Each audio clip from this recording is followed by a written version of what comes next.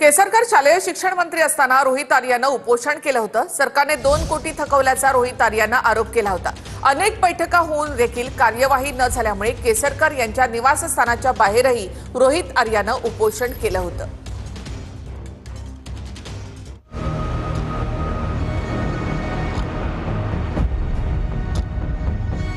याआधी रोहित आर्या कशामुळे चर्चेत होता? मुख्यमंत्री माझी शाळा सुंदर शाळा या अभियानातील पीएलसी स्वच्छता मॉनिटर प्रकल्पासाठी केलेल्या कामाचे सरकारने पैसे दिले नसल्याचा आरोप याआधी रोहित आर्यानं केलेला. उपक्रम चुकीच्या पद्धतीने राबवल्याचा राजकीय नेत्यांच्या शाळांना पारितोषिके दिल्याचा आरोप प्रकल्पाचे संचालक रोहित आर्यानं पत्रकार परिषद घेऊन केलेला. या विरोधात रोहित आर्यानं उपोषणही केलं होतं. सरकारच्या नियमानुसार आर्या यांना पैसे दिले जाणार असल्याचं तत्कालीन शालेय शिक्षण मंत्री दीपक केसरकर यांनी सांगितलं होतं.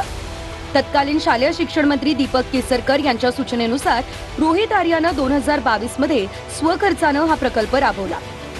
या प्रकल्पाचे सकारात्मक परिणाम पाहून शिक्षण विभागानं 2023-24 मध्ये मुख्यमंत्री माझी शाळा सुंदर शाळा या अभियानामध्ये समावेश केला. त्यासाठी 2 कोटी रुपयांची तरतूद केलेली. त्यानंतर मला बाजूला करून प्रकल्प चुकीच्या पद्धतीने राबवण्यात आला असा आरोप रोहित आर्यानं केलेला आहे. माझ्या कामाचे पैसे देण्याबाबत पाठपुरावा करूनही टाळाटाळ करण्यात आली असा आरोप रोहित आर्यानं केला होता. जुलै 2024 मध्ये रोहित आर्यानं या विरोधात उपोषण केलं होतं. अनेक बैठका घेऊनही कार्यवाही न झाल्यानं केसरकर यांच्या निवासस्थानाबाहेरही उपोषण करण्यात आलं होतं. अहवाल प्राप्त झाल्यावर शासनाच्या नियमानुसार जे द्यायचंय ते आर्या यांना दिलं जाईल असं केसरकर यांनी स्पष्ट केलं होतं. अहवाल प्राप्त होईपर्यंत वैयक्तिक स्वरूपात आर्या यांना 2 धनादेश दिलेत असं केसरकर म्हणाले.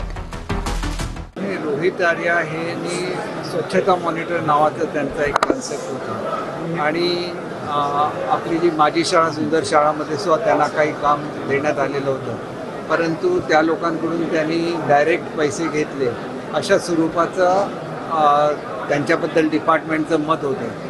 तर हे जे मॅटर आहे ते त्यांनी डिपार्टमेंटशी बोलून सोडवलं पाहिजे, कारण शेवटी सरकारची काम करायची एक पद्धत असते आणि त्या चौकटीमध्येच सर्वांनी काम करायला लागतं. अशा तऱ्हेने कोणाला तरी ओलीस धरणं हे चुकीचं आहे.